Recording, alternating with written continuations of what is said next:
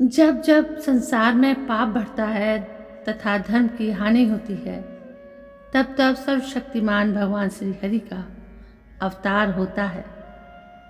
वे अवतार लेकर धर्म की स्थापना करते हैं, साधुओं को निर्भय देते हैं, दुष्टों का विनाश करते हैं तथा अपने भक्तों को सुख देते हैं। उनके अलावा उनके जन्म कर्म के वास्तविक रहस्य को कोई नहीं जानता।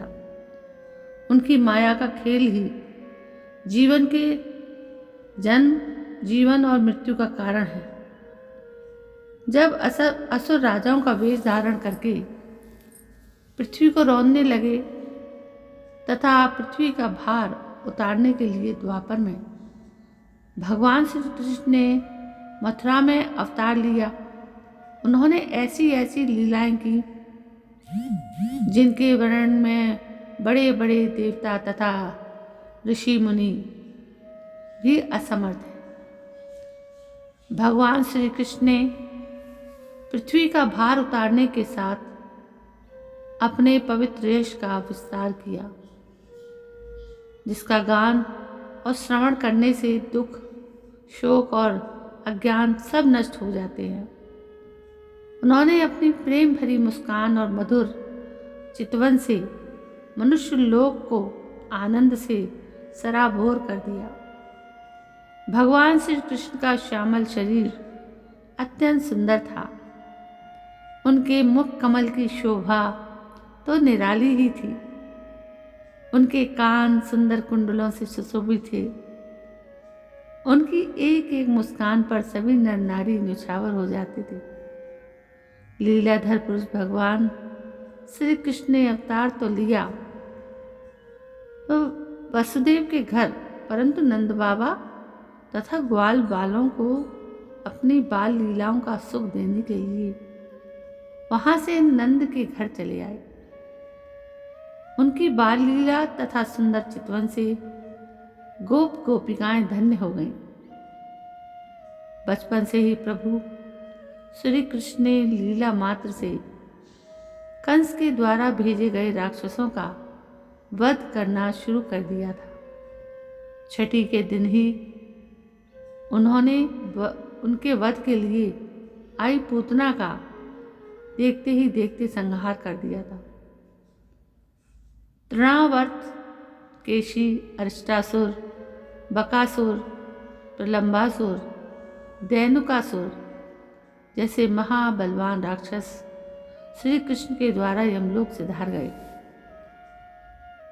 उन्होंने काले नाग को नाद कर उसके सहस्त्र फनों पर नृत्य किया तथा यमुना के पवित्र जल को कालिया नाग के विष से मुक्त करा दिया। गोवर्धन धारण कर कृष्ण ने इंद्र के गर्भ को चूर चूर कर डाला। वज्र की गोपिकाओं को उन्होंने रास नृत्य के द्वारा आनंदित किया। भगवान श्री कृष्ण गोकुल में अपनी लीला का प्रयोजन पूरा कर मथुरा लौट आए।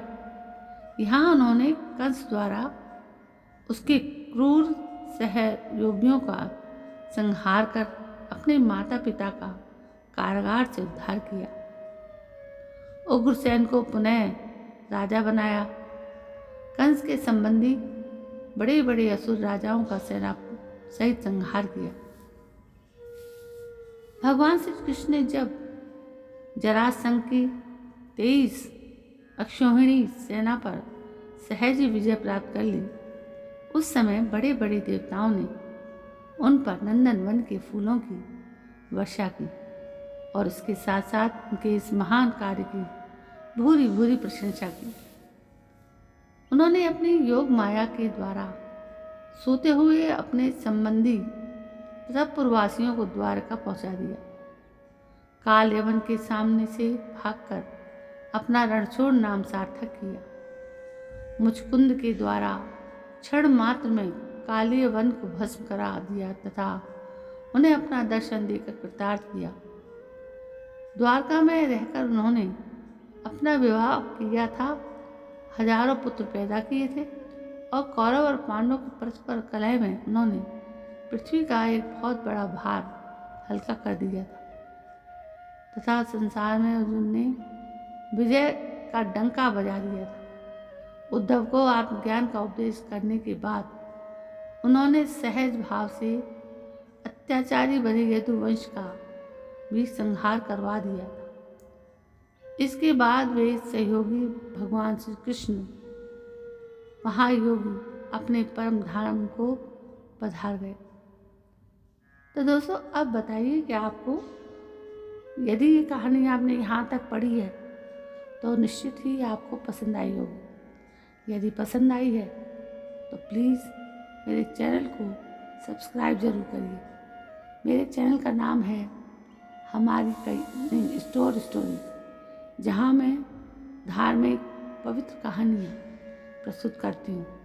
कल मैं फिर हाजिर होती हूँ एक नई कहानी को लेकर। तब तक के लिए जय हिंद, वंदे मातरम।